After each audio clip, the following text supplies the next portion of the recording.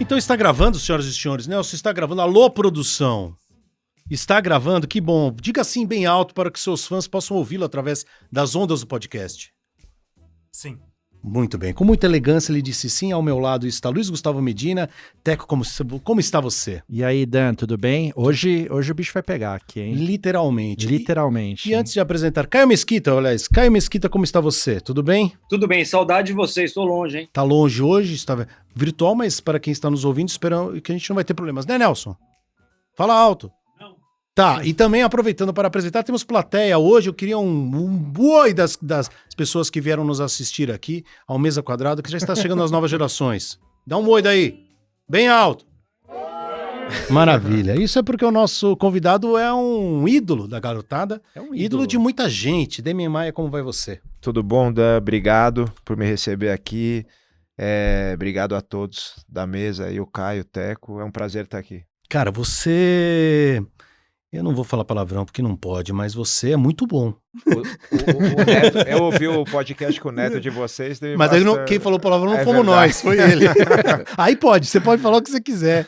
Você estava contando pra mim antes de começar, que antes de saber que seria convidado por nós, você ouviu os podcasts. Eu ouvi porque a gente tem um amigo, né, um grande amigo meu que é aluno também lá da minha escola de jiu-jitsu, que é o Alex Atala, começou comigo lá em 2011. Uhum.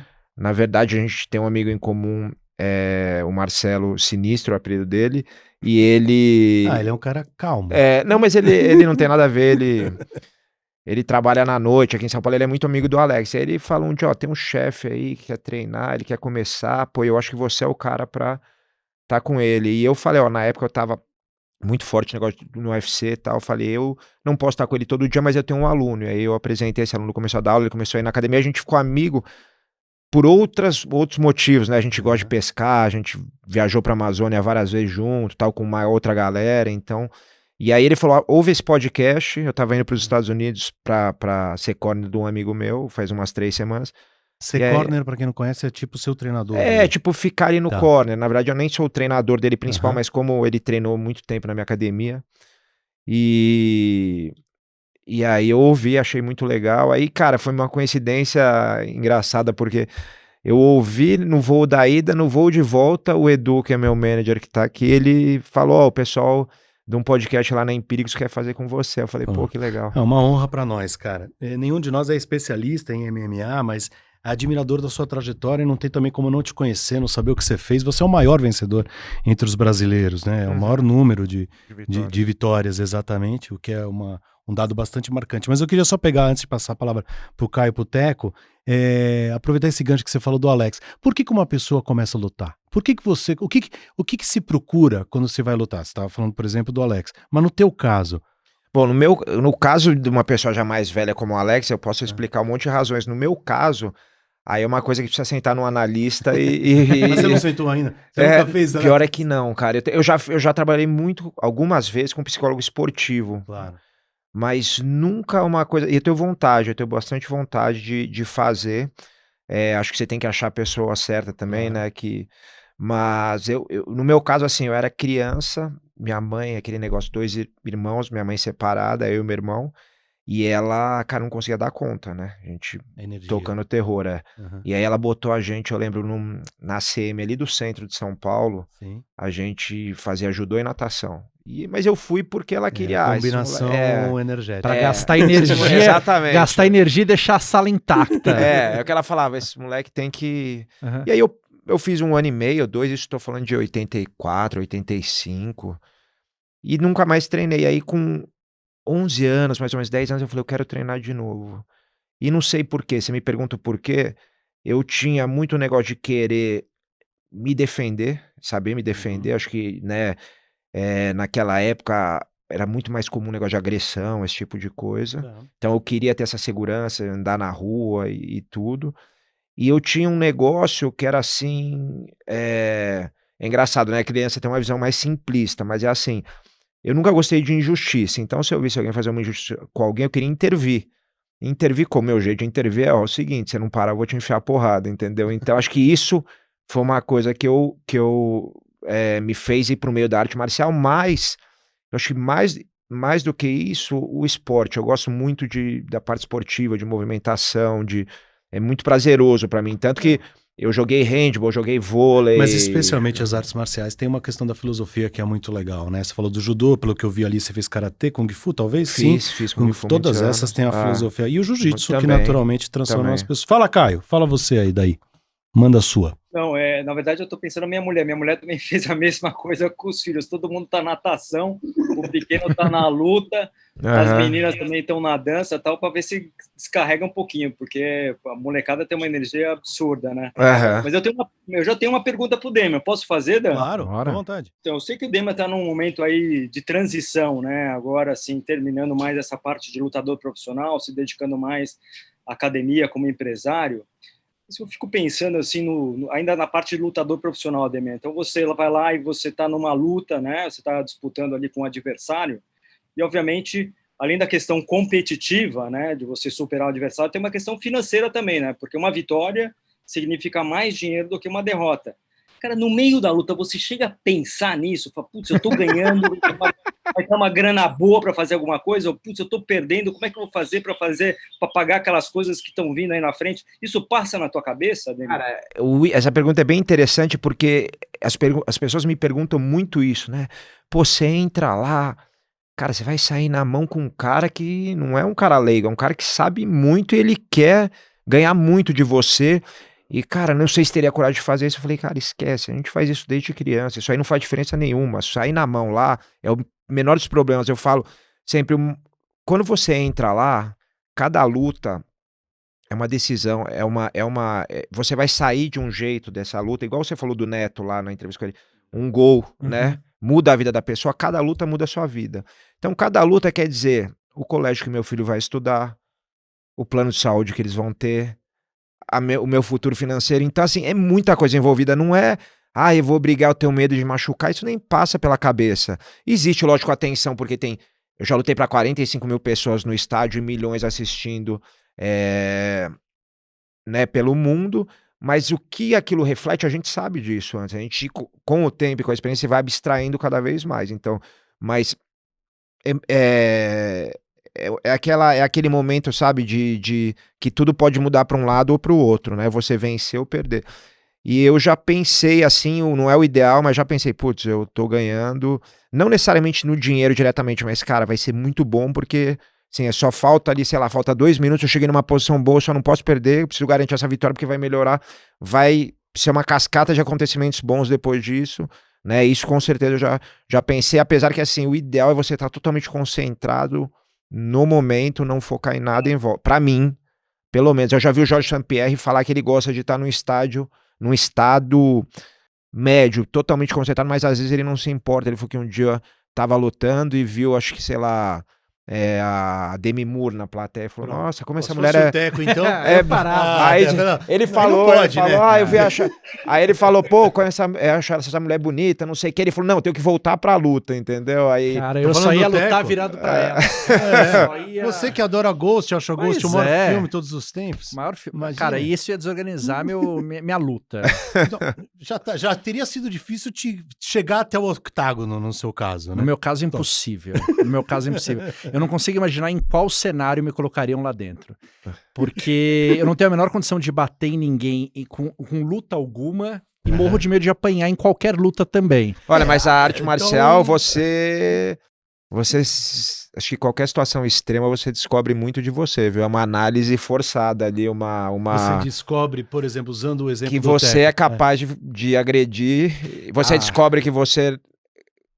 Mesmo com medo de apanhar, você consegue superar isso. Eu acho que isso é o mais legal. Ela é, como eu falei, uma análise, é um psicanalista ali à força. Você descobre muita coisa de você que você nem imagina. Mas, vamos pegar esse começo, porque hoje é um exemplo engraçado, né? Porque converge um pouco com o Alex. É uma carreira que hoje, assim, se nossos filhos falarem, pô, eu vou ser lutador... Sim. Você vira e fala, cara, beleza, se é o que ele gosta, se ele for bom, vai funcionar, vai ganhar grana, vai se realizar e tal. Mas não era assim, né? Até 20 anos atrás, Falava lutador, você falava, vai dormir, depois a gente come. Pô, pois é, talvez era pior do que ser chefe de cozinha, né? Você falava assim, pô, beleza, faz isso de manhã e trabalha o resto do dia. Não, até porque ou você, desculpa, Demi, aí você completa, ou era lutador pra, sei lá, de judô, uma coisa assim, ou boxe. O MMA não existia. Não existia. Uhum. Quando eu comecei, não existia. Tanto que eu fui... Cara, eu sempre pensei em fazer faculdade. Eu gostava muito de negócio de natureza, de bicho, prestei... E eu sempre gostei de escrever, tal, de ler. Jornalismo, não é isso? Então, eu fiz jornalismo, mas a minha primeira opção eu prestei veterinária na USP. Aí passei na primeira fase, aí na segunda, puta, caía física, química, as coisas que eu era horrível. Eu era bom de humanas e biológicas, né? Aí, cara, aí não passei, aí eu já me liguei a hora que eu passei pra segunda fase, que eu passei perto da nota de corte ali de veterinária. E aí eu prestei jornalismo na Casper, aí passei. Aí a vida me levou pra lá. Mas não existia essa possibilidade, como você falou, de você ser lutador. Inclusive, tem uma exposição lá na Academia da História do Jiu-Jitsu Brasileiro e tal. E tem uma frase minha lá que eu falo isso. Eu falo, quando eu conheci minha esposa, eu tinha vergonha de falar que eu era lutador. Porque era muito mal visto. É aquela época horrível de São Paulo, dos Pit Boys e do Rio, anos 90, né? Final dos anos 90. O pessoal saía, tinha muita briga, muita coisa. E eu nunca eu nunca gostei disso. Eu sempre fui atleta, né? Então eu não queria ser relacionado com esse tipo de... Mas quando você sacou que, cara, isso aqui é legal, é bacana, eu sou bom, e pô, talvez dê pra tirar uma grana disso aqui, dê pra viver disso, dê pra... Isso era meu sonho. Eu saquei primeiro que eu poderia viver do que eu amo, né? Dando aula.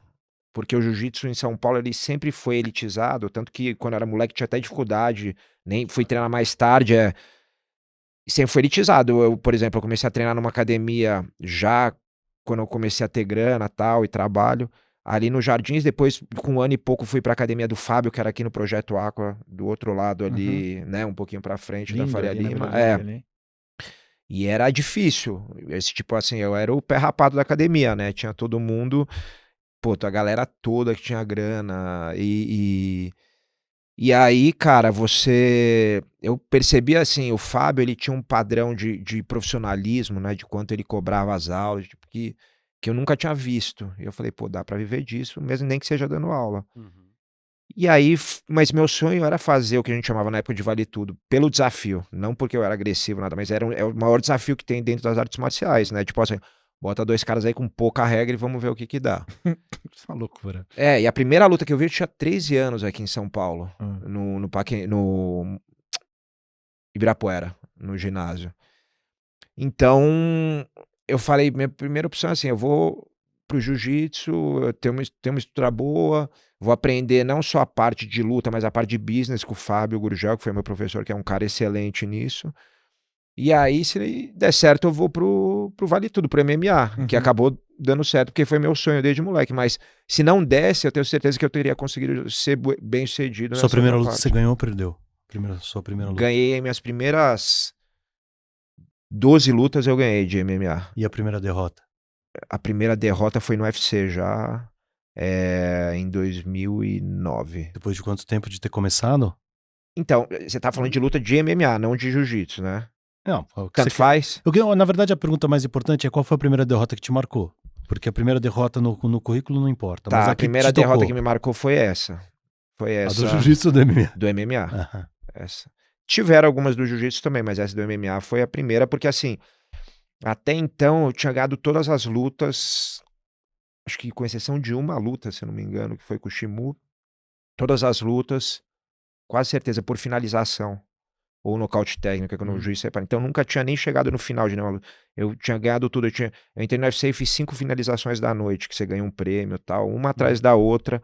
E todo mundo fala, pô, esse moleque tá indo, vai ser, pô, nova estrela. E aí eu vou lutar com um cara que eu nunca esperava e toma um soco de encontro, né? Que eu fui pra frente, ele pegou o soco e ele me nocauteia. Eu não caí apagado, mas eu caí já, bati meio tonto e o juiz interrompeu a luta. Então, aquela foi bem marcante. E frustrante, imagino também. Porque era uma luta assim, putz, ó, você ganhar essa, talvez você vá disputar o título, sabe? Então foi... Uma pergunta que o Teco sempre faz, já vou aproveitar, é a história da primeira grana, né? Você falou das dificuldades para fazer aula e tudo mais. Quando que foi que você ganhou a primeira grana e o que você fez com ela? A primeira grana foi grana, assim, mais de verdade, assim, foi... Na verdade, tiveram alguns pontos. Por exemplo, teve um evento aqui no Brasil que o Paulo, que é um grande amigo meu, Paulo Vasconcelos, depois era empresário, e aí ele, não de luta, de outras coisas, ele trabalhava com importação e exportação de carne, e aí depois ele largou tudo para os projetos sociais dele e tal, ele mudou a vida dele quando deu uma virada de algumas coisas na vida dele, mas ele foi meu primeiro empresário, e aí ele fez um evento, antes de ser meu empresário, que eu lutei, e esse evento dava um prêmio na época que era impensável para o Brasil, na época, assim, se eu falar hoje, talvez, com certeza vocês não vão entender pelos números do MMA hoje em dia, mas na época era muito dinheiro. Mas hoje seria? Não, na época era pro campeão, se eu não, 40? 40 mil reais pro campeão, Pô, mas não, grana. 35 mil reais pro campeão, se eu não me engano, 15 pro segundo. Essa outra voz que vocês estão ouvindo é do Dudu, né? Do Edu, do seu empresário, que é é. chefe de cozinha na Horas Vagas. E aí, cara, 35 mil pro campeão, 15 pro segundo, era um GP, eram 3 lutas na mesma noite, uma loucura que não se faz mais hoje. Mas a primeira grana que eu considero que foi uma grana... agora eu lembrei de uma história legal até pra vocês. Uma grana de verdade que eu ganhei foi a primeira luta no UFC, porque não foi nem a grana. Eu ganhava, era luta de entrada, eu não ganhava muito, mas eu ganhei a finalização da noite, entendeu? Que era 50 mil dólares e tal, e mais a bolsa, mais um outro bônus que eu ganhei, acabou virando um bolo E grande. o que você fez com essa grana? Antes de você contar aquela história legal que você vou lembrou. contar essa história, é legal hoje em dia, na época foi bem triste. Uhum. Eu tenho um amigo meu, lutador, eu falei, cara, a gente, na época, a forma que a gente recebia o cheque do UFC, hoje é tudo transferência. Hoje E é aí tudo Pix. Não, e já fica tudo certo, porque aí você tinha que trazer para o Brasil, fazer o depósito aqui, fazer o gerente, cara, demorava um mó tempão, porque ele tem que fazer lá a aprovação, o negócio, para ficar tudo certinho com a receita, né? E aí, eu não tinha conta lá fora para depositar e não sabia como fazer aqui. O cara falou, não, pega aqui. Aí um lutador falou, cara, eu tenho um cara que trabalha com mercado financeiro no Rio de Janeiro. Trabalha com mercado financeiro, eles têm uma Sempre tem um corretora. cara, né? Sempre tem. Fica cara. tranquilo que ele faz para você aqui. Eu falei, pô, mas ele consegue depositar o meu cheque aqui? Eu nem sabia como é que faz. Não consegue. Aí eu falei com o cara veio até para São Paulo aqui, encontrei. Ele falou, não, fica tranquilo, a gente põe aqui o dinheiro aqui nessa conta, tal, abre essa conta daqui. Eu falei, pô, consegue fazer tudo daqui? Consegue. Eu não sou idiota, mas assim, como era era a apresentação de um amigo meu que eu confio, que é um cara legal, entendeu? E ainda é um cara muito legal, só que você dá aquela relaxada, né? Porque o contrato gigante... Aí eu falei, ó, só quero o seguinte, cara, é meu primeiro dinheiro. Por favor, não ponha nada, porque os caras mexiam com tudo, né? Eu falei, não ponha nada em ação nesse momento, porque eu quero, cara, uma renda mais básica, renda fixa, com o mínimo de risco possível, porque eu ainda não quero jogar esse jogo. Aí, beleza.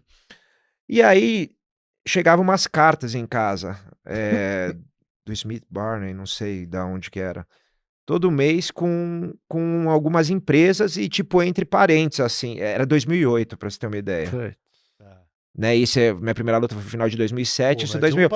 O cara é corajoso de passar a perna no Demi, né, meu? É isso. Pô, na boa. É isso. Hein, cara? Não, se fosse na gente, tudo bem, mas o cara, meu... A gente, pra dar prejuízo, vai dar com o Demian Maia. Exatamente. E entre parênteses, que quer dizer o quê? Perda, né? Perda, né? Exatamente. Tipo assim, você só não realizou, né? Mas... E aí, cara, quando eu comecei a olhar aquilo, uma hora eu falei, cara, eu preciso olhar. E eu já tinha feito a segunda luta, se eu não me engano, a terceira, e tudo ganhando finalização da noite também. Então esse bolo começou a crescer. Sim. E aí deu a crise de 2008, né? Do subprime lá. E... exatamente. E aí eu fui olhar isso, cara, e cheguei para 2 amigos meus que trabalham com mercado. Na academia sempre teve muita gente de mercado, sabe? Financeiro. E aí eu mostrei e falei, cara, ele falou, putz, cara, isso aqui é ação, não sei o que. Eu olhei, eu descobri que tudo, 100% do capital estava investido em ação e tudo estava com perda, gigante. O cara fez o contrário do que você tinha pedido e mal feito. Ele não me roubou nada, mas ele fez o contrário do que eu pedi, porque ele queria ganhar ali se desse certo, né? E aí, cara, eu sei que eu perdi uma grana, aí, cara, peguei tudo, consegui resolver, perdi uma puta grana, no fim... O dólar deu um up, né, por causa da crise também, então isso compensou um pouco Foi um hedgezinho que aconteceu, mas por sorte. Mas eu aprendi, aí eu fiquei meio assim... E esse cara nunca mais andou sossegado por aí. Cara, se eu te falar que eu nem lembro o nome dele, cara. Sério? No dia eu liguei pra ele e até falei de uma forma que eu não costumo falar com ninguém agressivamente, assim. Cara, Por isso que, bom, Cara, era todo o dinheiro que eu tinha, o Caio. Tipo, assim, não era tipo brincadeira. 10%, entendeu? Hoje eu tenho dinheiro em... Geralmente que você ganhou suado, né? Exato. E hoje eu tenho dinheiro em ação, mas assim, cara, você balanceia, você faz uma porcentagem, entendeu? Não é 100% do seu dinheiro quando você não tem nada que você vai botar em Mas ação. o fato de ter sido enganado por esse cara, isso reforçou a tua vontade de aprender sobre grana e controlar a tua grana? Reforçou, cara, eu sempre tive isso, eu tive um negócio, a gente teve uma sorte e um azar, minha família, grande. Então, por exemplo, eu tive a sorte de estudar com bolsa, que minha mãe conhecia muita gente em bons colégios, né, aqui em São Paulo. E eu até 16 anos morei num bom lugar. Era um apartamento simples, mas era ali na Avenida Rebouças, que era um aluguel antigo, então minha mãe ficava lá, tal, e o cara queria despejar a gente e não conseguia. E a gente estava num colégio ali na Rebouças também, que chamava Logos. Sim. E minha mãe, todo ano, minha mãe vende a roupa, né? Meu pai é músico também, já foi ator também e tal. É mesmo? E aí, cara, aquele sufoco de grana e tal. E até que os caras, quando a gente tinha uns 15, 16 anos, conseguiram despejar. E eu fui morar com a minha avó já no centro, lá na Barão de Limeira, já quase ali na boca do lixo e tal. Mudou totalmente a minha vida, mesmo ainda. E eu senti esse contraste. Eu tinha amigos que tinham grana e tal, a gente não tinha nada. E eu lembro que desde moleque eu indo a pé pra escola, eu ficava olhando todas as casas e falava assim, puta, seria legal comprar essa casa, quanto seria? Então, eu ficava pensando essas coisas, sabe? Tipo, já... Fazendo conta, porque era a primeira coisa que eu queria. Então, quando eu ganhei o primeiro dinheiro, você perguntou o quê? Tudo imóvel. Tudo que eu podia fazer, tipo, era terreno, era não sei o quê. Depois eu fui ver que vira um puta passivo esse também, né? Quando você tá num condomínio que você tem que pagar aluguel, ou quando você tem que pagar IPTU, condomínio. Depende do que você tem. E aí, cara, uns anos atrás eu li um livro, sei lá, 10, 15 anos atrás, um cara chamado Gustavo Cerbasi, né? Que é um cara... E aí eu entendi o básico, assim, né? E vi principalmente que eu não podia pôr 100% em imóvel. Eu já sabia disso, mas assim... Ainda não... Eu sabia, mas não sabia. Eu sabia, mas, tipo, não acreditava. E nesse dia, assim, nessa época, assim, bem nessa época, tem um primo meu que trabalha no Banco do Brasil, desde 18 anos de idade. E ele me chamou pra ir numa festa dos filhos dele e tal. Fazia tempo que eu não via ele, porque ele é primo de segundo grau. E eu falei, puta, Luiz, eu comecei a ver isso aqui de investimento, que tem isso, variar, tal. E, cara, putz, eu queria fazer isso, mas eu queria a ajuda de alguém, eu não sei quem. Aí ele falou, Damian, tá vendo aquele cara ali, o Rodrigo? Eu falei assim, ele é meu amigo, trabalhou comigo a vida inteira no Banco do Brasil, trabalhava com Wealth Management, né, de famílias, e ele saiu do banco para trabalhar com uma família que tirou ele, só que eles deixam ele trabalhar com outras pessoas também. E aí eu cheguei com ele e falei, cara, mas eu não tenho, porque eu imaginei, tipo, dinheiro absurdo, né, fortuna. E aí eu falei, Rodrigo, pô, é isso, você me ajuda? Aí ele falou, ó, eu cobro isso, faço isso, mas beleza, você é primo do Luiz, eu vou te ajudar. Era menos dinheiro, isso foi aumentando, graças a Deus, nos últimos anos. E ele me ajuda aí, faz uns 5, 6 anos já. Toda vez que eu luto, que tem alguma coisa, eu sento com ele, vamos distribuir aqui, colocar aqui, balancear aqui, esse tipo de coisa. Aí eu fui aprendendo, assim, o básico do básico, mas... É isso. Mas hoje você investe em ação, né? Que você estava Ação falando. um pouco. Cripto também um pouquinho. Não, cripto eu fiz uma brincadeira agora que um treinador nosso de wrestling lá de Nova York, ele fica, ele é religioso, né? Porque tem gente que vira ideologia isso. Ele é religioso, que isso não tem como dar errado, que, cara, os caras ficam milionários. Mas ele não é burro, mas tipo...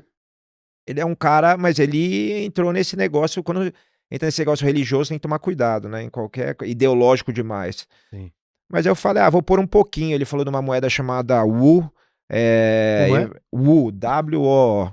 Falou, pô, Aí, Caio, velho, conhece essa? Não conheço. Precisa perguntar para o André Franco, que é o nosso especialista em cripto, se ele conhece. Eu não conheço. Então, e aí, mas foi muito pouquinho que eu coloquei. Foi só para testar mesmo, e coloquei e esqueci. Mas, cara, muita coisa conservadora também, título do governo. De alguns anos atrás, sei lá, 2, 3 anos atrás, quando a taxa de juros estava mais alta. Pô, tava, sei lá, IPCA mais 7, mas pré-fixado de Demian fala 15. com muita propriedade. Não, das manja, coisas, tá na né, cara então. que manja. Mas eu fico repetindo, né? Que eu vejo lá. É que nem treino. Tem que ser. Sabe uma coisa que eu acho legal? Não sei se o Caio tem uma tese boa sobre isso. A gente tem saído matéria todo dia sobre golpes financeiros, pirâmides, sobre esse caos todo que acontece no Brasil, né? Eu acho muito doido, assim, por exemplo, quando você falou assim, eu dei o cheque o cara deu o cheque pro cara, você começa a contar a história, a gente já sabe que vai dar errado, né? Mas na hora, não, né? Essa é a pergunta, se na hora porque eu sempre acho que o cara na hora, ele também de algum jeito, sabe lá Deus como, ele intui que vai dar errado, entendeu? Você deu de coração, porque assim, é a primeira grana, né, Dan? Uma coisa, assim, cara, se você me dá um cheque de $50 mil ou 50 mil reais hoje, não é na época, hoje, e é meu primeiro 50 mil, esse cheque não sai do meu bolso, cara. Esse cheque não sai do meu bolso de jeito nenhum. Até dá porque pro hoje cara... 50 mil reais é quase $1 milhão, né? 50 mil dólares, né? Dá não, mas quase $1 milhão de reais. Mas isso são 50 mil reais. Dá pro cara que ele vai depositar, amigão? Não, eu vou lá depositar. Entendeu? E eu acho curioso isso, porque no começo da história você fala, deu errado, cara. Deu errado, entendeu? E as pessoas dão, assim, confiam no cara, no amigo, no gerente, né? Eu acho isso muito... Mas aí já me ocorre a pergunta, que daí eu já vou fazer a relação com o Luta, com o Demian, mas pra você, Caio, qual que é o maior erro da galera? É confiar nas pessoas erradas? Cara, assim, entre outras coisas, né? Mas, infelizmente, esse exemplo aí que o Teco deu, né? De, puxa vida, de aproveitadores golpistas. No caso aí do rapaz, aí eu tô entendendo o Demian, puxa, na verdade não foi nenhum golpe, né? Mas ele não respeitou o mandato que o cliente do sistema deu para ele. Esse foi de um acordo que a gente teve verbal ali, né? Isso aí. Agora, golpe é que não faz. Essa semana saiu essa história que eu fiquei chocado, o tal do Banco Bitcoin. O Teco deve ter visto isso. É teu 7x1 da semana, não? Será que pode ser o 7x1 da semana. Vocês devem ter visto aí, essa semana foi preso o dono do Banco Bitcoin, nem sabia que tinha esse nome, Banco Bitcoin. Eu confesso que eu nunca tinha ouvido falar no Banco Bitcoin, e estima-se que eles desviaram 1,5 bilhão de reais dos clientes num esquema fraudulento envolvendo criptomoedas, né? Puxa, assim, caramba, um golpe, talvez, um dos maiores golpes da história de longe, de longe. Em golpe financeiro, eu não tenho memória de ter havido um golpe tão grande, né? Pois é, 1 bilhão e pra onde foi essa grana, Teco? Ninguém sabe? Ninguém sabe. Parece, assim, entre outras coisas, eles aprenderam carros de luxo.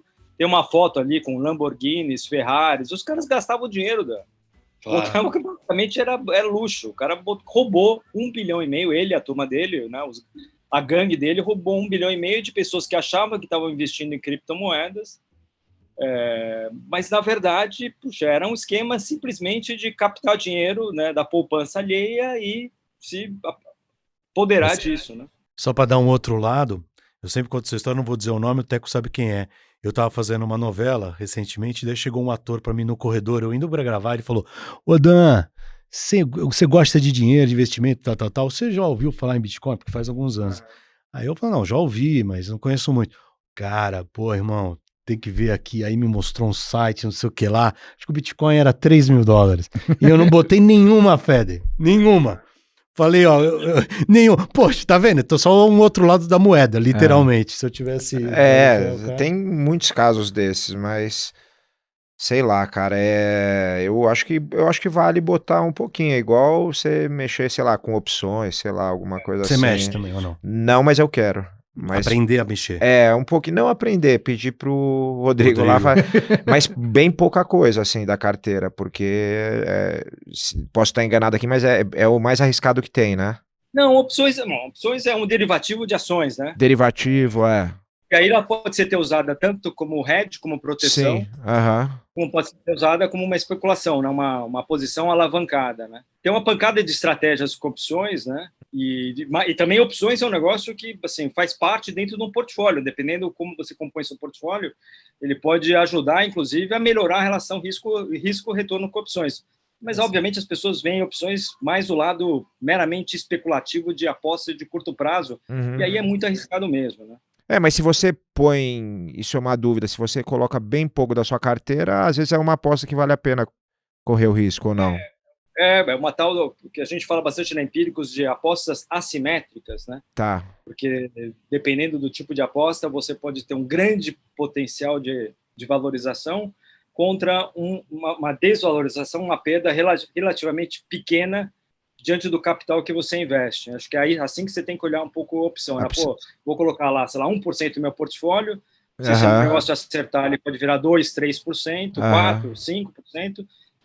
E se perder, você vai perder tudo, mas vai perder só aquele 1%, né? Então tem uma assimetria. Você sabe, você falou isso, até lembrei de um livro que eu ganhei do Beto Altenhofen aqui, de presente, que é faixa preta também, que é do Nassim Taleb, e o outro, o do Kahneman lá, o Rápido e Devagar, né? Rápido e Devagar. E fala bastante disso, né? Desse negócio de assimetria, tal. Os dois livros, né? O do Taleb eu não sei qual que foi, mas ele me deu dois aqui, de vocês, né? Antifrágil o Antifrágil. O Antifrágil eu li.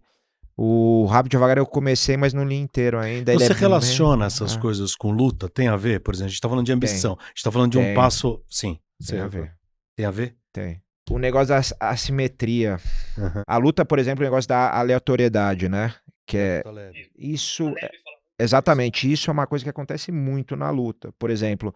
Eu tive 2 disputas de cinturão que acabei não ganhando, mas eu tenho certeza que se fosse o outro atleta e não o que eu lutei, a chance seria muito grande. E, cara... Mas por quê? Foi uma... Porque não bateu, assim? O jogo era ruim pra mim desse cara. E o cara que tava antes dele, que era pra eu ter lutado, aí eu não lutei porque no dia teve uma proposta de uma outra luta, aí mudou, sabe coisa que foi acontecendo, totalmente aleatória. Eu acabei lutando com o cara que era o pior jogo pra mim. Negócio. Então isso o Edu, que é meu empresário, fala muito isso. A luta às vezes é um pouco igual o poker, sabe? Ela tem a maior parte de o treino, tudo, mas tem um percentualzinho ali sorte. De aleatoriedade. Que nem chaveamento de Libertadores. Palmeiras só pega moleza. Então, acho que isso é uma das principais coisas, assim, do negócio você tem que entender isso, que tem também, cara, você trabalha, você faz tudo da melhor maneira possível, você é recompensado, mas tem um coeficiente de aleatoriedade também. E dentro da luta, dentro da própria luta... Também tem? Também porque, vou te falar, no jiu-jitsu, por exemplo, esportivo, você vai lutar, geralmente o melhor ganha. Geralmente. No boxe, geralmente o melhor ganha.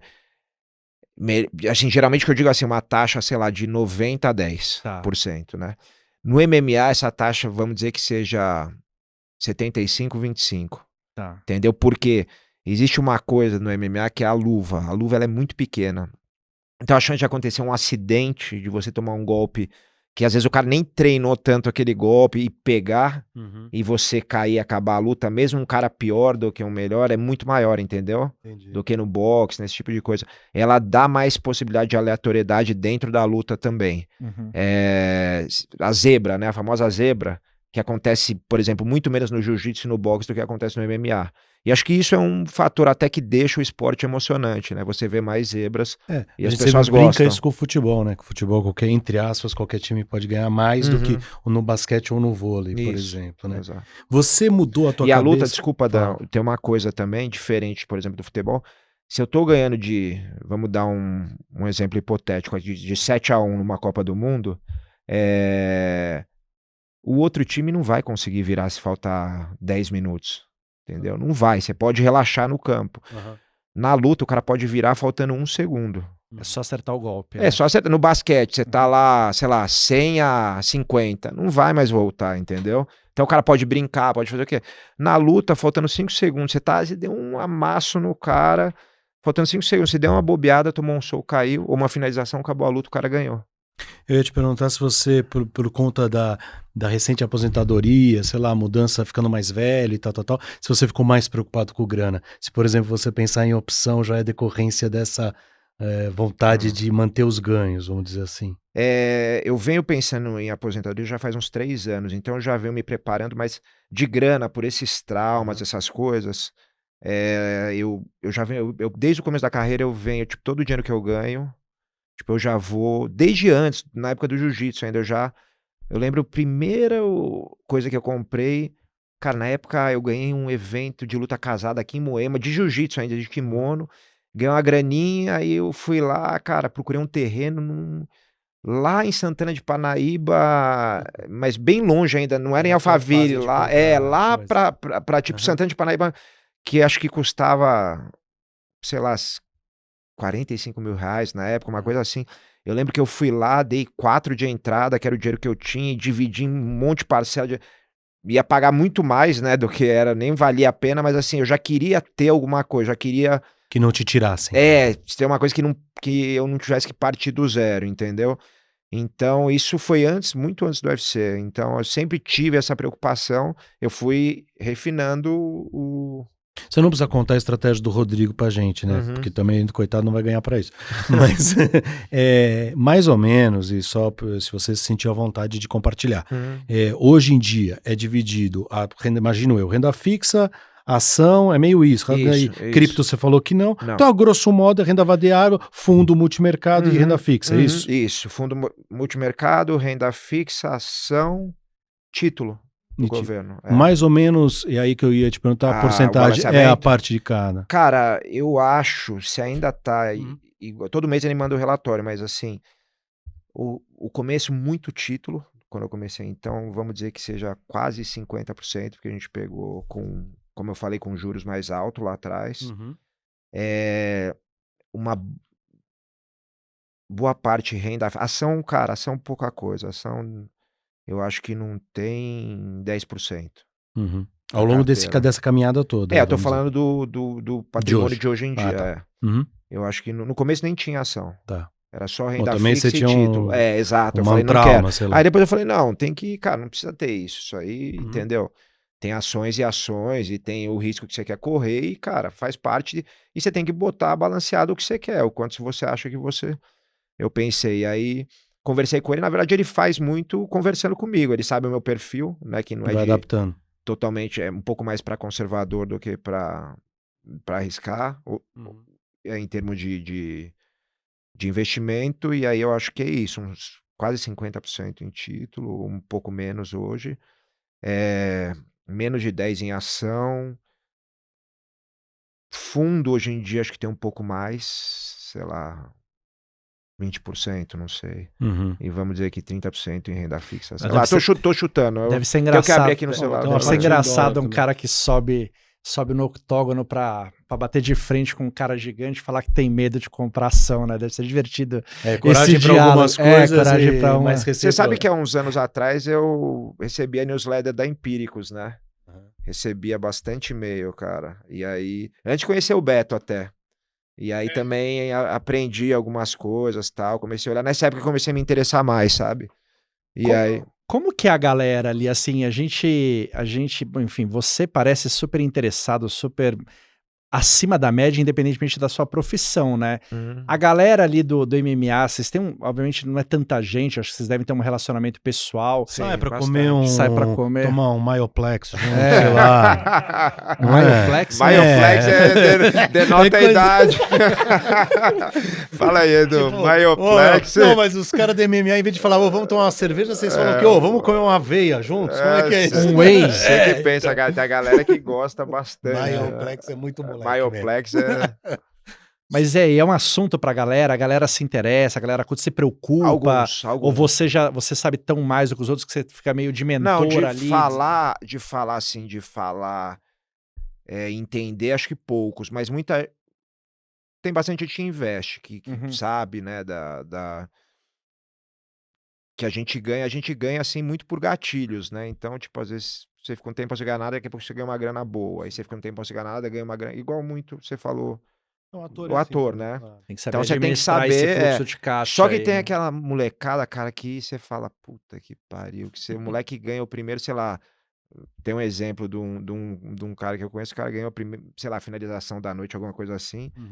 E não tinha nada e foi e comprou uma puta moto, então, tipo, putz, você fala, cara... Engraçado você falar isso, porque o Tony Ramos veio dar uma entrevista pra gente e falou muito isso em relação aos atores, né, Teco? Sobre a galera, né, Caio, ganhar essa primeira grana e querer gastar logo, né? Querer curtir. Que é do direito também. Claro. Mas talvez não tudo, entre aspas. Eu lembro da história, a história de lutador, acho mais famosa, assim, de o cara que ganhou muito dinheiro onde não tinha que colocar e depois quebrou, do Mike Tyson, né? O quanto dinheiro o Mike Tyson ganhou. E hoje ele tá bem, né? Depois ele volta, agora ele tá voltando, né? Depois, mas ele, primeiro ele falou que foi super roubado pelo Don King e tudo mais. Depois ele mesmo reconhece que desperdiçou muito dinheiro, gastava dinheiro de uma forma absurda.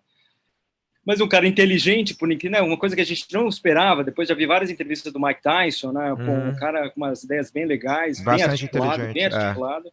E agora ele se reinventou, né? Inclusive até fazendo, eu não sei se você acompanhou, ele fez uma turnê nos Estados Unidos contando a vida dele, como fosse um stand-up, bem bacana, um monólogo bem legal.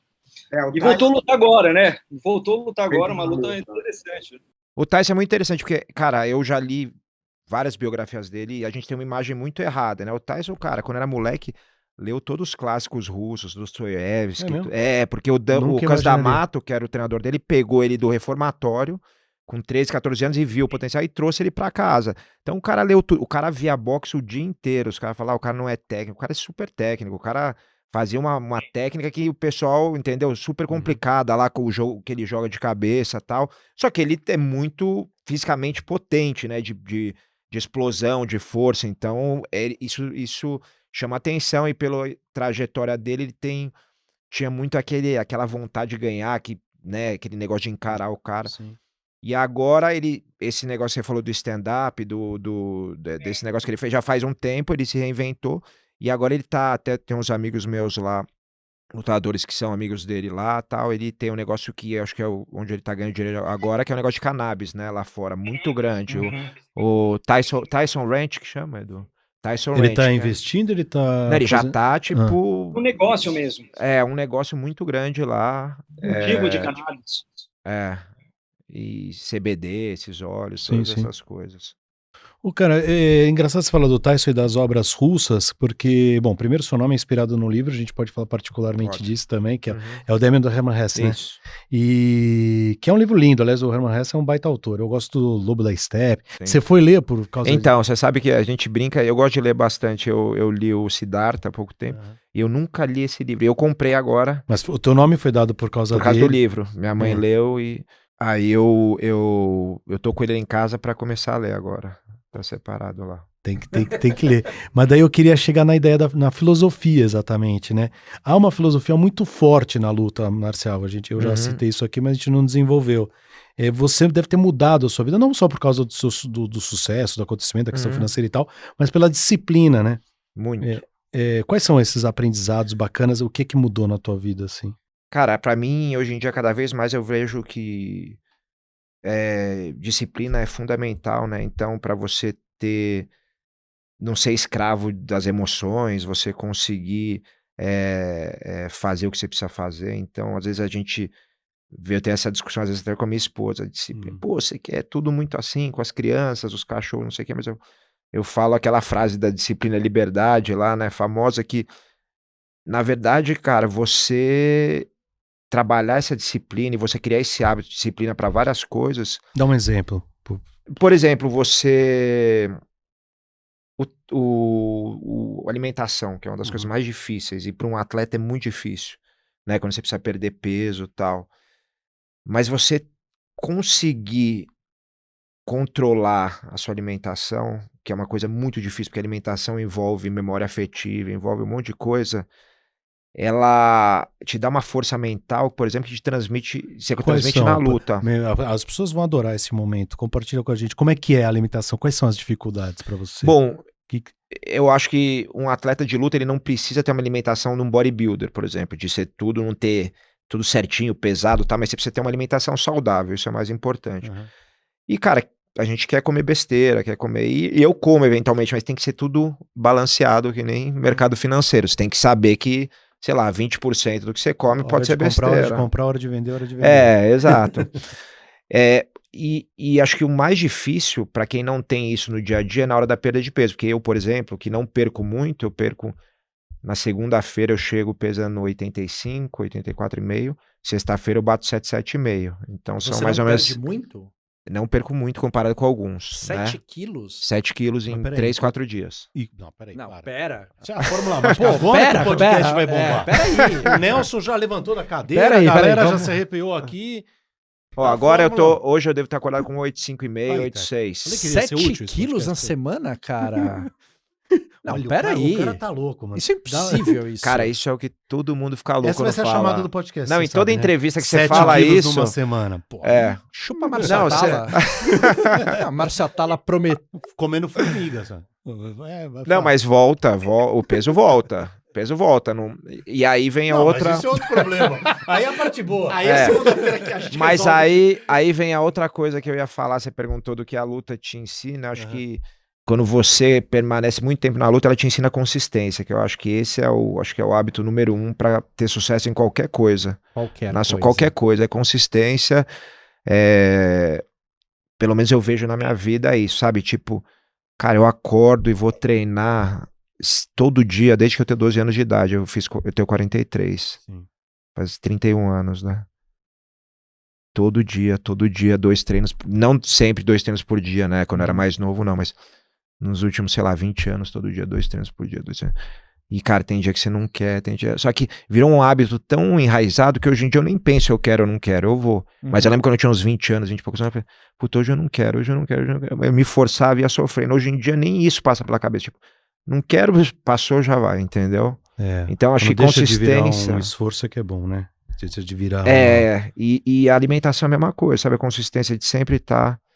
Putz, eu vou viajar, sei lá, semana que vem eu tô com uns amigos meus, a gente vai para aquelas cidades históricas de Minas, faz muito tempo que eu não vou levar meus filhos.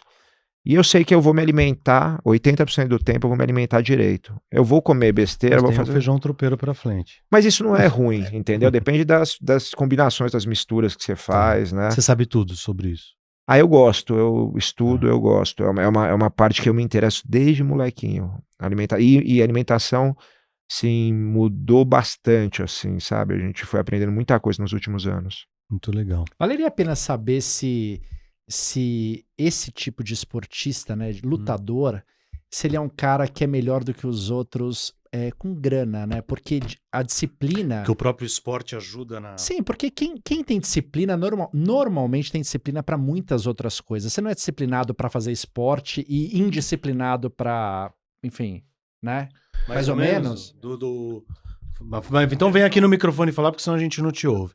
Não, a questão da alimentação, por exemplo, não é uma regra. Tem muito atleta de MMA que tem muita disciplina para treinar, mas se alimenta pessimamente, eternamente, e cria um problema muito maior fisiológico com essa sanfona de perda e volta de peso por fazer as coisas, eu não vou falar a palavra que eu ia falar, mas a moda aleatória, vamos dizer assim. Porque o Caio, aqui na Empíricos, o Caio deve falar isso todo dia, né, Caio? O lance de grana é consistência, né? É poupar todo mês, todo ano, você conseguir investir bem, sempre buscar um pouco mais de rentabilidade, não é aquela busca de ganhar 1000% no mês para no outro devolver, né? Consistência é o nome do jogo, né? E para você ter consistência, você também precisa ter disciplina, né? E esse eu acho que é o grande problema das pessoas na média para juntar grana, para lidar bem com dinheiro, porque de uma maneira geral, as pessoas têm pressa e não são disciplinados de maneira geral, para alimentação, para rotina, e aí isso acaba... Eu tive pressa. Quando eu comecei a investir na bolsa e estava num bom momento, deve fazer mais ou menos 2 anos, assim, de maneira direta, tem uma hora que eu me empolguei ali e falei, pô, é esse mês que vai acontecer. E daí, evidentemente, ganhei, mas depois perdi e aprendi isso aí. Mas é difícil, porque é tentador. Muito mal comparando, é como o prato fora do cardápio ali que você quer. Você sabe uma coisa que eu falar um negócio agora pro Caio que me impressionou muito tempo? Há anos atrás eu recebi uma newsletter da Empíricos e vi lá uma conta, eu nunca tinha, falando de juros compostos, né? Tipo assim, quanto, sei lá, 50 mil reais virava em 5 anos, em 10 anos, em 15 anos, E aí, quando batia 30 anos pra 35, um salto... Absurdo. Absurdo. Eu não tinha noção disso. Tipo, ela ia assim, daqui a pouco ela fazia assim, ó. Em 1 ano, 2 anos, ela... Isso, cara, eu falei, nossa, isso eu não sabia disso. Porque pra mim, assim, Eu sabia, mais ou menos, não tinha entendimento direito do que era juros compostos, tinha, mais básico, mas para mim era um negócio assim. Era uma Pra quem tá nos inclinação. ouvindo, o E Daniel ela tá fazendo Um 90 graus. É um 90. E daí você Isso. faz a curva É, um pra cima, 45, né? Isso, Tipo, isso, e não é, tipo, ela vai até lá, sei lá, 30, 35 anos, ela dá um salto exponencial, né? E eu não tinha noção disso. Isso pra mim foi muito interessante. Sabe outra coisa que as pessoas desprezam, só para não perder o gancho, Demir? A história de 1%, né? Uhum. Eu tô com dinheiro aqui. Quanto rende isso aqui? Sei lá, um rende 4, outro rende 5. Uhum. Mas é só 1% a mais, ou 1%, entendeu? A pessoa acha que é pouco, né? Mas a longo prazo. Coloca 1%, 30, 40 anos a mais todo ano, 1 sobre 1. Composto. A diferença no final é 3, 4 vezes, às vezes. É impressionante. Bom, eu tenho que ir pro quadro. Vou pro quadro do Compra e Vende, que sempre dá assunto. Até que eu fiquei imaginando aqui. Desculpa, aqui é tentador. Eu conheço o Teco desde criança, né? Aham. Então, imagina se um de nós tiver. Um amigo seu de criança vira um Demian da vida. Quando você tem 15 anos, que delícia. Cara, ia ter me evitado muito pepino, né? Então, Porque eu cara, fugi muito de gente. Que na sorte, vida. porque você não precisou treinar, não precisou fazer nada e o cara tá lá do seu lado. É. Você ia numa festinha com o cara do lado, né? Qualquer coisa você fala com ele ali, né? Exatamente. Um tempo atrás você era a vítima. Não, e hoje é mais provavelmente, tranquilo, né? Anos 80 até era mais chato, né? Você, nos 90 você ia num lugar, era tenso, né? Dependendo do As lugar. pessoas te chamavam pra festa pra poder acompanhar e proteger a galera. Não, putz, pior que tinha um amigo meu que já Sabia. fez isso, sabia? Já fez isso, cara. Falou, vai com a gente, porque tem outro amigo nosso que arruma briga toda vez. Eu falei, cara, não vou. Ele, não, você separa, você vai lá pra separar. Eu falei, não vou. No dia seguinte, ele falou, eu te pago. Olha. Aí eu falei, não vou. E no dia seguinte eu falei, ele falou, o que você acha que aconteceu? Mas olha só, uma pergunta boba infantil. Tem alguém que hoje chega em casa, assim, liga a TV, tá na nossa idade, né? Nós temos a mesma idade, aqui o cara tá com um filho, aí vira, filhão, você gosta desse cara aí? Gosta. Papai já deu uma surra nesse cara aí. Tem alguém que já te deu... Moleque, assim, 15 anos, 12 não, anos? acho que não. Eu nunca fui de brigar. Quando eu comecei a treinar o Kung Fu, que foi quando eu comecei a treinar sério com 12 anos, eu não briguei mais. Quando eu era molequinho, eu era um pouquinho mais agressivo, novinho, assim, na escola. Aí depois, cara, esse negócio da filosofia que você falou, tive sorte de ter professores legais, sempre ensinar coisas legais. E cara, também eu tinha colegas assim, ninguém era muito de brigar, de não sei o que, então meio tal. Você sabe que eu fiz teatro, né? É mesmo? Moleque. Você falou que seu pai foi ator? Então, foi uma coincidência, cara. Eu fiz teatro na escola, né? Logo. A gente fez uma peça que ganhou lá, a gente apresentou no Tuca, ganhou até um festival. Mas foi Que uma papel coincidência. você fazia? Que peça era? Cara, eu era um moleque, o cara do realejo, que ficava tocando realejo. Mas foi uma coincidência, um dia eu tava numa mesa e aí os caras precisavam de uma criança. Eu tinha, sei lá, 13, 14 anos. Pra fazer uma peça, tinha o Sérgio Mamberti, tinha a Lélia Abramo, Poxa, se eu não me engano, tava a Lélia Abramo, acho que sim. Mas tinha mais gente, chamava Pecadora Queimada. E aí os caras falaram, você não precisa falar, você vai ter uma fala, mas você precisa ficar ali deitado, tal. Era uma história de uma mulher da Idade Média, que ia ser queimada, tal, cometer um pecado. E aí eu fiz, é legal porque foi profissional, ganhei um dinheirinho e tal. A gente fez, tinha uns 3 anos, depois eu fiz um outro também, aí me chamaram.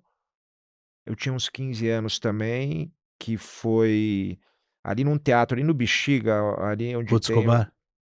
Não, sabe a pracinha onde tem a praça? Em frente sim, ali, tinha o Teatro Igreja ali. Existe ali aquele teatro? Tinha o Teatro Igreja que o Antônio Abujan cuidava, ali do lado da praça. Bem em frente àquela pracinha ali, no final da 3 de maio. Ali onde tem a feira no domingo. É onde tem a feira, exatamente. Quem não é de São Paulo, eu tô boiando, mas é uma... Era uma peça chamada Rosa Luxemburgo e... Pô, famosíssimo. E 2 peças, cara, profissionais, assim, ganhou um trocadinho. Tinha 15 anos, o teatro 14 perdeu anos. um ator. O Rafael Fernandes escreveu pra gente, queria mandar um abraço pra ele, na verdade vou até ler, de Casa Verde, São Paulo. Ele mandou o e-mail pro mesaquadrada@empiricus.com.br. Você também pode fazer isso. Ele, parabéns pro Caio, Teco, Dan, espetacular a entrevista com o Neto, um cara muito centrado. Eu, quando jogava nas categorias de base do Corinthians, como goleiro, 12 anos de idade, aproveitava para assistir os treinos do time profissional. Diversas vezes eu lembro do treino acabar, os jogadores irem embora e as luzes dos revetores apagarem, mas o Neto pedia para deixar os revetores para ele ficar treinando cobrança de foto sozinho. E ele colocava, posicionava a barreira, e cada 5 cobranças, pelo menos 4 entravam no ângulo, derrubando a camisa pendurada. Ele contou essa história aqui, né, Neto? Era impressionante. E daí vem uma pergunta, de novo, antes do compra e vende. O que é talento e o que é dedicação, Demi? Eu tenho essa discussão até com o Edu, que é meu manager. Eu acredito pouco em talento. Ele já acredita mais, né? Uhum. Porque ele fala, o talento não é necessariamente físico, pode ser mental, pode ser um monte de coisa. É óbvio que tem, né? O que você passou, a sua história, talvez até genética, ele vai te dar algumas vantagens e desvantagens, mas eu acho que você supera tudo com treinamento. E, obviamente, até você ter capacidade de foco e esforço de treinamento também talvez tenha a ver com talento também, né? Algum talento, mas Entendi, mas você é o cara do treino. eu Você é o acho cara que do sim. esforço. É, Você eu é o acho cara que da- sim. Eu sempre acreditei mais, assim, do muito 90 mais.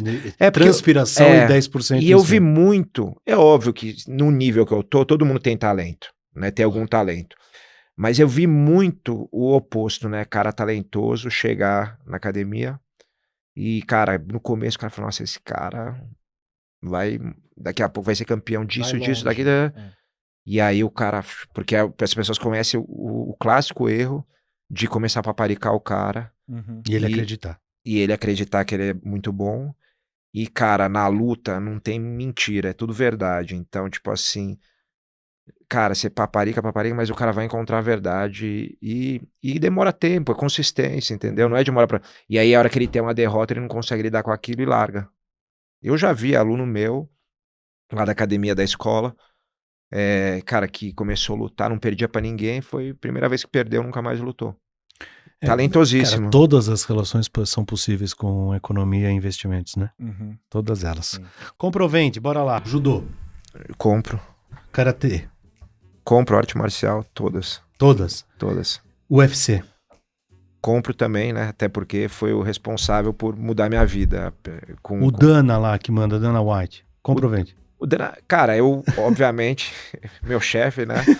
Eu compro por tudo que ele fez pelo MMA, independente de algumas discordâncias eventuais. Acho que isso é normal, né? A gente sempre vai ter algumas discordâncias, ainda mais em relação ao seu chefe, né? Já recebi uma pergunta aqui que pra você deve ser ridícula. Qual a diferença entre MMA e UFC?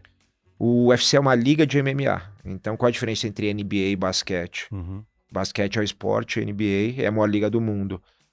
MMA é o esporte, a maior liga do mundo é o UFC. Compra ou vende feijoada? Compro. Caipirinha.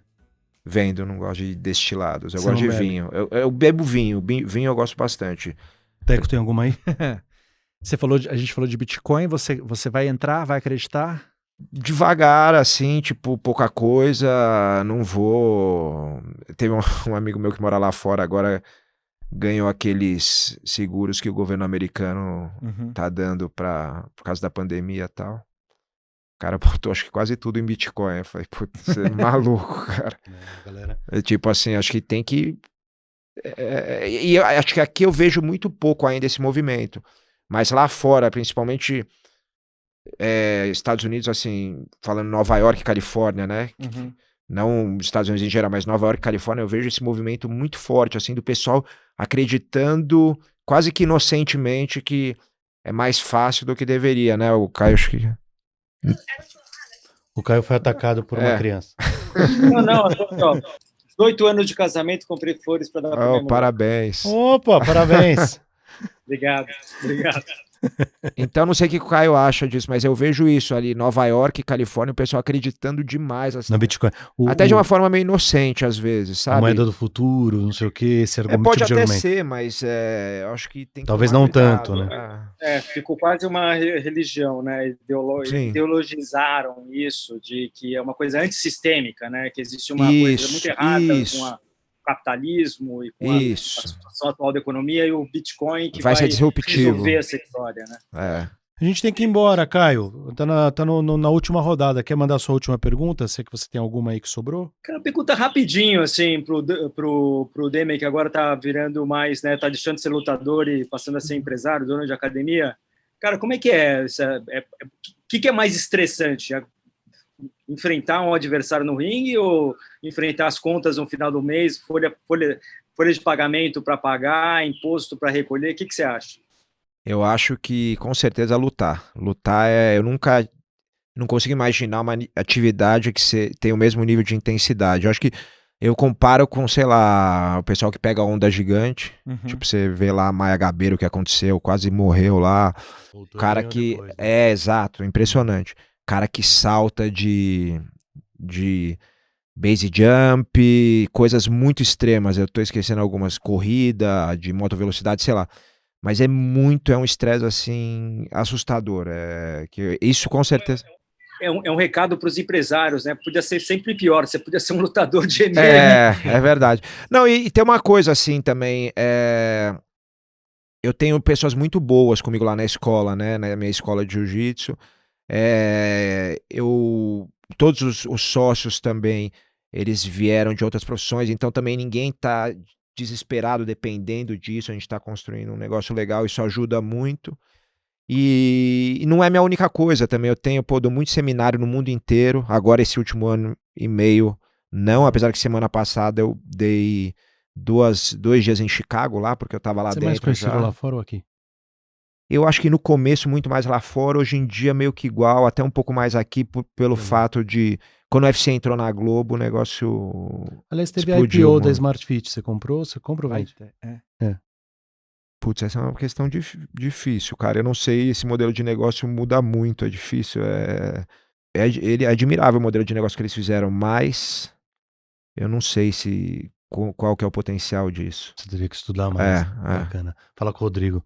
Teco, tua última, tô rodando final. Cara, aí. foi um prazer, uma aula aqui também, né? Foi uma delícia aqui. Você no final de semana, você é o cara do tipo que só quer saber de cinema, sofá, Netflix, chega de emoção, já tem muita adrenalina durante a semana ou não? No final de semana você acelera pra tudo também. Essa é minha esposa, que quer ficar mais na boa, tá? Eu sou meio inquieto, não de emoção. Tipo, por exemplo, eu não gosto de ver luta. Acho um saco, porque é minha profissão. Tinha um amigo meu, não sei se foi o Verdun, o Fabrício Verdun, que foi campeão também, que falou uma vez, pô, eu vejo luta, fico prestando atenção, minha mão sua, fico nervoso, porque ele tá pensando você tá trabalhando. Eu também odeio o cara lá nos Estados Unidos, vamos no Spot Bar ali pra ver que vai ter o UFC hoje, achando que eu vou achar legal pra caramba. Eu acho uma droga, porque, cara, eu gosto de relaxar quando eu não tô, né, vivendo aquilo. Não que eu não adore luta, e talvez agora eu vou sentir muita falta disso, né, parando de lutar. Mas eu gosto de sair, eu gosto de, outro dia minha mulher não queria, meus filhos estavam, eu peguei a bike e vim sozinho aqui, parei ali o carro ali perto da Paulista, fui da Paulista até a Liberdade, deixei no estacionamento lá a bicicleta, aí fui andar na Liberdade, aí fui comprar um negócio no mercadinho japonês, aí voltei sozinho. Você chora vendo filme, Demo? Sim, não só filme, várias coisas. Você se emociona com facilidade? Bastante. Bacana. Eu tenho que ter uma compensação de algum jeito, né, cara? Bom, só tenho que agradecer. Muitíssimo obrigado pela tua presença. Eu acho que é bacana que as pessoas vão querer ouvir, quem é principalmente fã do teu esporte. Quais são os 3 maiores lutadores, na sua opinião? Se você não quiser citar um brasileiro por razões de conhecer todo mundo e não ficar chato. Putz, eu conheço todo mundo. Cara, eu vou até citar, acho que é um dos maiores de todos os tempos. Eu nem admiro ele, assim, a gente já teve problemas pessoais até, mas talvez o único cara que eu já tive problema pessoal na minha profissão, ou assim, com certeza o único cara que eu já tive problema pessoal na minha profissão, mas é sem dúvida nenhuma um dos maiores de todos os tempos, que é o Anderson Silva. Eu acho que o Georges St-Pierre, com certeza. E o Khabib Nurmagomedov, russo, que também deve estar para voltar, se aposentou, voltou, o pai dele morreu, ele ficou meio mal e tal. Acho que esses 3 aí, acho que, né, o que você acha? Acho que tá bem representado. No jiu-jitsu tem várias linhas, tem aquela coisa de não comer por 5 horas, jejum, tem várias coisas, né, várias sacadas. Qual dessas que você pegou, uma só que você acha bacana, que você aprendeu e que você deixa assim como lição para as pessoas? Você diz no jiu-jitsu da dieta Gracie, esse tipo de coisa? Coisas todas, Eu acho que essa é muito interessante. Quando a gente começou a lutar, tinha esse negócio que vem do bodybuilding de comer a cada 3 horas. E os Gracie já falavam para espaçar mais a alimentação. E eu vejo que isso hoje em dia é melhor mesmo. Assim, eu sinto que... Você aplica? Eu aplico, eu acho que também a ciência tá vendo isso muito. Tipo, 3 em 3 horas é bom quando você quer ganhar peso. Peso que eu digo assim, peso de qualidade, né? Músculo e tal. Mas o corpo, ele precisa de um descanso também. Tá aí, Teco. E... Bom, por fim da fórmula, como é que emagrece 7 quilos de sexta pra segunda? Eu vou ter que te explicar com calma que o Edu pode ajudar, mas vou te falar que não é sofrido. É sofrido. Como a tua trajetória toda, parabéns e vitoriosa. Obrigado, Foi um barato Dan. te encontrar aqui. Obrigado. Bom, e acho que todo mundo, não só a gente, adorou. Valeu, Caio, se cuida aí, feliz aniversário de casamento, tudo de bom, cara. Obrigado, Caio. Obrigado, Demian, um prazer ter você aqui, um prazer te conhecer mesmo aqui à distância, e parabéns pela tua carreira, parabéns por até como um ídolo que você é aqui para a gente, para os brasileiros. A criançada gosta muito de você e tal. Tenho meus sobrinhos que gostam de você, então parabéns. Legal. Valeu, obrigado, Caio. Valeu, é isso, galera? É isso. É isso? É isso. Tchau, até a próxima. Valeu. Escreve pra gente, diz se você gostou, se não gostou, o que é que você quer, quem que você sugere para ser nossos próximos convidados. Vai ser um barato, escreve a mesaquadrada@empiricus.com.br, é fácil, vou repetir, mesaquadrada@empiricus.com.br, ou pelo WhatsApp, todo mundo usa o WhatsApp hoje, até para pagar a conta já. WhatsApp, 941460690. Repita. 941460690. Valeu, galera, obrigado, até a próxima. Valeu.